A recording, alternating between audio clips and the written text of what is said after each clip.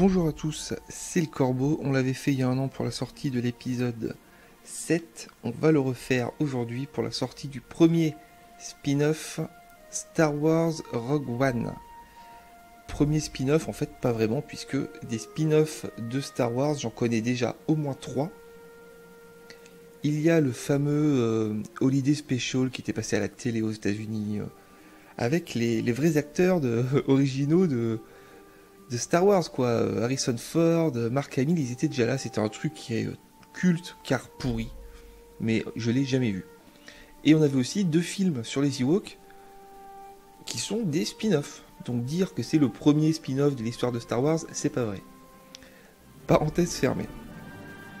Vous le savez si vous suivez mes vidéos, mais je suis vraiment un gros fan de Star Wars, un pur et dur, à l'ancienne, un fanboy. J'ai les figurines, les petits vaisseaux, j'adore ça, quoi, c'est vraiment une passion. Et c'est donc tout logiquement que chaque sortie de nouveau film Star Wars est un événement pour moi. Et autant vous dire que aujourd'hui, il y a des choses à dire. Je suis un fanboy de Star Wars, mais je ne suis pas non plus aveugle. Au contraire, je suis très critique. J'ai été très dur avec l'épisode 7. Même s'il est remonté dans mon estime avec le temps et que maintenant j'arrive à l'aimer. Disons que j'ai réussi à apprendre à aimer ce film. Qu'en est-il de Star Wars Rogue One que j'ai vu aujourd'hui, hein, donc là je reviens de la séance, donc le 14 décembre 2016, le jour de la sortie du film. La première séance vers chez moi. Alors, est-ce que je fais un suspense à 2 balles ou pas? Ah, suspense, pas suspense. Allez, suspense, le temps d'allumer ma cigarette.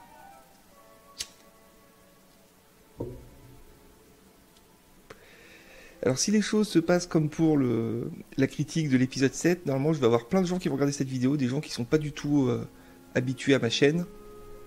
Donc bonjour à vous, n'hésitez pas à jeter un coup d'œil sur les autres vidéos. Si vous aimez les jeux vidéo, il y en a pour tous les goûts. Allez, fin du suspense à la con, Star Wars Rogue One. C'est un putain de film. J'étais choqué, j'étais soufflé dans mon siège. J'étais littéralement KO à la fin. J'étais ébahi. Contrairement à l'épisode 7 dans lequel j'avais placé des espoirs énormes, j'avais spéculé sur le film pendant des mois, j'avais imaginé le film, et du coup j'ai été déçu de ne pas avoir vu le film que j'aurais aimé voir. Pour ce Rogue One, j'ai fait tout l'inverse. J'ai regardé les trailers, mais sans plus. Et j'y suis allé la fleur au fusil, on va dire. Et c'était génial. C'était incroyable, je ne pouvais pas rêver mieux. Donc, je l'ai pas dit, mais cette première partie est garantie sans spoil. Hein. Pour les spoils, il faudra regarder la seconde vidéo qui sera beaucoup plus longue, où vraiment on va parler en détail du film et je vais spoiler à tout va. Ici, c'est garanti sans aucun spoil, les gars, vous pouvez y aller. Alors, Star Wars Rogue 7, Star Wars Rogue One, c'est un film qui était censé se prendre ses distances par rapport aux épisodes traditionnels. J'ai vu des interviews du réalisateur, donc c'est Gareth Edwards, il le disait lui-même, que c'est un film à part. Et pourtant, j'ai trouvé ce Star Wars Rogue One plus ancré dans la mythologie Star Wars que ne l'était l'épisode 7. L'épisode 7, on avait l'impression de redécouvrir Star Wars, et non pas de découvrir un nouveau Star Wars. Vous voyez la nuance? C'est pas pareil. On découvrait un nouveau contexte politique qui sortait d'on sait pas où, des nouveaux personnages un peu pareils, etc. On redécouvrait Star Wars. Avec Rogue One, on découvre un nouveau Star Wars. Et j'ai même envie de dire, on découvre un nouveau ancien Star Wars. Vous le savez, mais l'histoire de Rogue One se passe entre le 3 et le 4. En fait, ça se passe juste avant le 4. Je dis juste avant. J'en rajoute pas plus dans cette vidéo, il faudra voir la deuxième pour avoir plus de détails, mais c'est vraiment juste avant. On peut pas faire plus juste avant, c'est pas possible. Et donc on suit la fameuse flotte rebelle qui a volé les plans de l'Étoile Noire, et toute l'intrigue du film se fait autour des plans de l'Étoile Noire. C'est un scénario qui est simple mais efficace, contrairement au scénario du 7 qui était simple mais simpliste. Ici non, c'est vraiment cohérent, c'est sérieux. Et c'est sérieux pas que dans le scénario en fait, c'est un film qui est vraiment mature, sombre, sérieux. Il n'y a aucun gag, aucun. Il y a des traits d'humour, mais ceux-ci sont le plus souvent faits par l'intermédiaire du nouveau droïde qui s'appelle K2SO, qui est très drôle. Drôle car mature, cynique, ironique. Mais c'est pas Jar Jar Binks en droïde, les gars. Pas du tout. C'est vraiment sérieux. Tout le film est sérieux et sombre. C'est génial. Par exemple, rappelez-vous dans l'épisode 2, on a la bataille dans l'arène sur Geonosis. On a une bataille qui est elle-même, on va dire, sérieuse, et pendant ce temps, on a des plans qui alternent sur les droïdes, notamment sur C3PO qui se retrouve, sa tête se retrouve sur un corps de droïde de combat, etc. Et ça désamorce complètement tout l'aspect dramatique. Jar Jar Binks, dans l'épisode 1, c'est pareil. Les Ewoks, dans le 6, c'est pareil. Dans le 7... je trouve que c'est quand même plus quelques répliques qui passent à côté, qui désamorcent encore une fois tout le côté dramatique. Dans Rogue One, il n'y a pas ça. Rogue One, c'est sérieux du début à la fin. C'est un film de guerre, un film d'aventure, un film de guerre. Je sais pas quoi vous dire. Et j'étais encore une fois vraiment estomaqué devant ce film. Je ne pouvais pas rêver mieux. Alors, le film commence bizarrement, c'est vrai. C'est, on va dire, la première demi-heure peut-être. C'est un peu bizarre, ça part dans tous les sens. On a du mal à appréhender les nouveaux personnages, on comprend un petit peu rien. Et là, je flippais. Je flippais aussi parce que on découvre des nouvelles planètes. Au début, il y a peut-être 3 planètes qu'il faut se mettre dans le crâne rapidement. Et moi, j'aime pas trop ça. J'avais peur de revivre le syndrome Jakku d'épisode 7, c'est-à-dire une planète qui ressemble comme 2 gouttes d'eau à Tatooine, mais qui n'est pas Tatooine, alors que ça devrait être Tatooine. Là, il y a un peu ça au début de Rogue One, mais c'est très vite contrecarré. Et plus le film avance, plus on retrouve nos marques, plus on rentre en plein dans du vrai Star Wars d'époque, et pour arriver jusqu'à la fin du film, où là, on est dans l'ambiance de l'épisode 4, que ce soit par les musiques, j'en reparlerai, mais par bien sûr les vaisseaux utilisés, etc. Puisque ce sont les vrais vaisseaux de l'Alliance époque épisode 4. C'est pas comme dans Rogue One, où c'est la Résistance, où c'est pas exactement les mêmes et tout. Là, c'est les vrais X-Wing, c'est les vrais Y-Wing, c'est les vrais, quoi. C'est les vrais TIE Fighters et tout, c'est incroyable. Mais même du point de vue de la mise en scène, on retrouve l'épisode 4. C'est épique, mais c'est épique simplement. C'est pas épique comme l'épisode 7 où la base de Starkiller l'a détruit 3 planètes d'un coup en tirant des triples rayons et tout. Ça pour moi c'est pas épique, c'est juste un peu pourri. Là c'est épique parce que c'est une attaque. C'est la guerre, c'est une attaque avec des troupes au sol, des troupes aériennes. C'est épique normalement, vous voyez ce que je veux dire? Ils en font pas des caisses, et du coup ça marche beaucoup mieux. Comme dans le 4, l'assaut sur l'étoile noire était épique, avec Han Solo qui vient sauver la mise à la fin et tout. Voilà, c'était épique, mais sans en faire trop. Là c'est pareil. La musique, parlons-en. Au début on est perdu, parce que les premiers thèmes qu'on entend dans la première moitié du film, on va dire, vous reconnaissez instantanément là où les 2 premières notes, comme étant les premières notes d'un thème bien connu de Star Wars, il y en a tellement. Et en fait, vous vous rendez compte que non. C'est juste un petit peu pour vous appâter, puis ensuite le thème change, ou c'est des variations quand même très libres sur les thèmes classiques. Et là, moi je me disais, ouais, ok, bon, après tout c'est un spin-off, c'est normal. Et puis, à chaque fois que quelque chose est évoqué qui nous rappelle directement l'épisode 4, un personnage, une situation, etc. Là, on a le vrai thème qui arrive.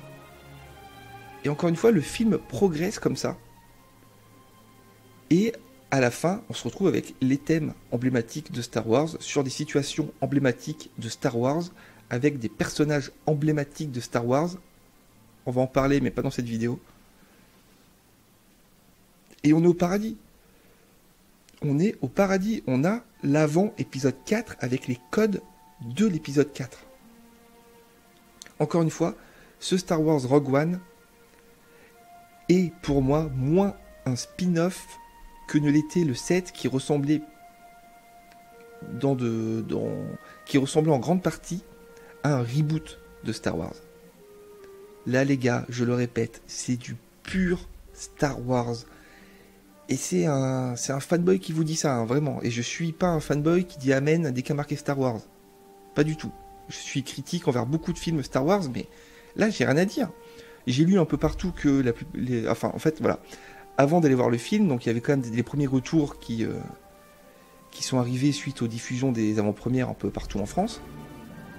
Et je voyais tout le monde qui disait c'est génial, je me suis éclaté, meilleur film Star Wars et tout, mais je suis pas dupe. Pour l'épisode 7, c'était pareil. Mais quand même, là, je voyais vraiment plein de gens qui disaient c'est un des meilleurs Star Wars et tout. Je me disais quand même, c'est pas possible, c'est un spin-off à la con.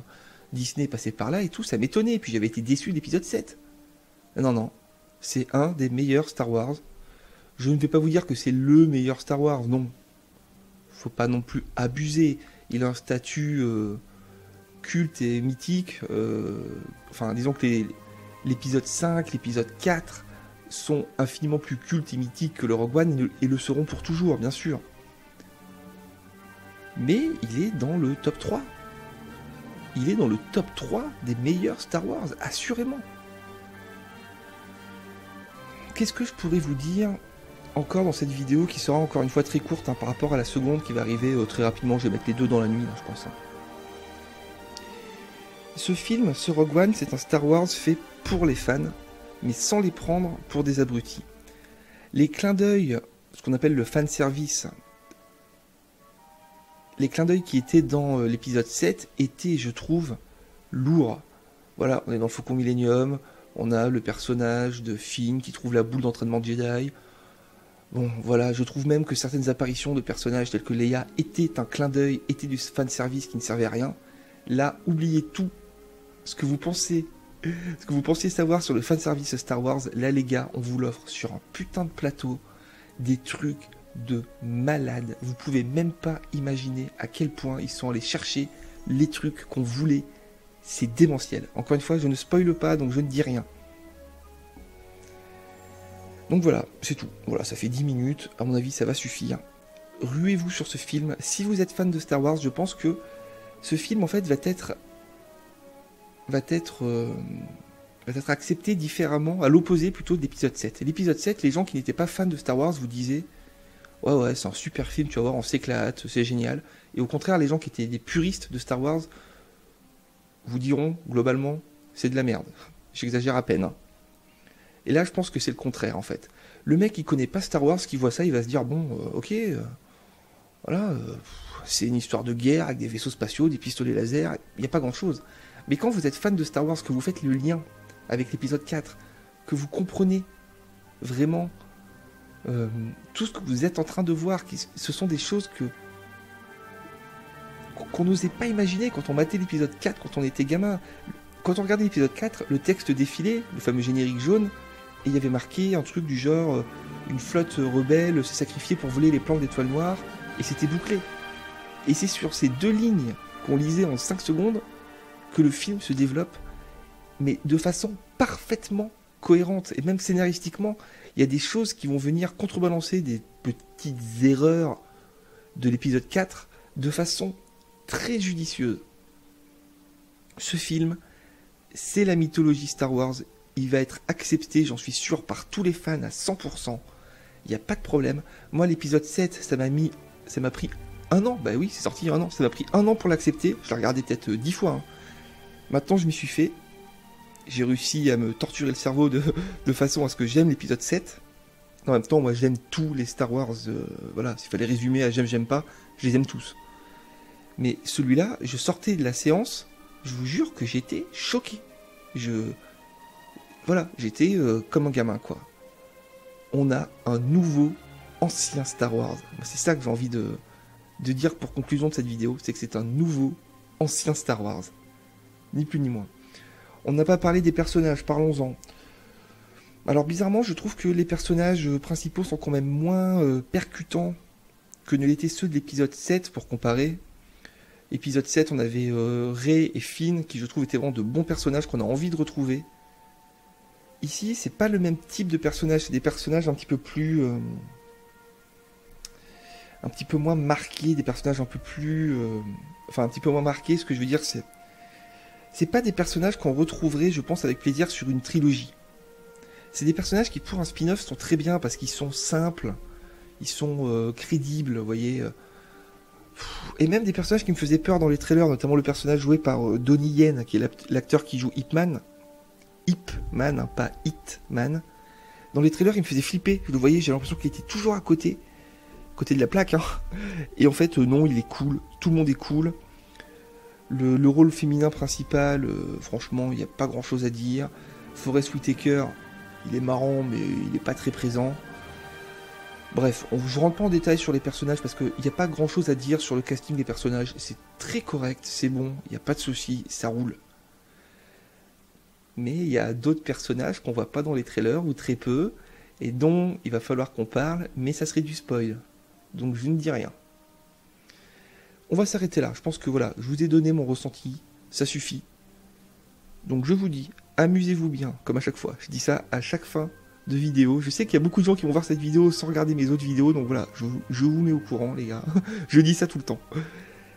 Que la force soit avec vous, et allez voir ma deuxième vidéo sur Star Wars uniquement si vous êtes sûr de vous, parce que ça va spoiler sec.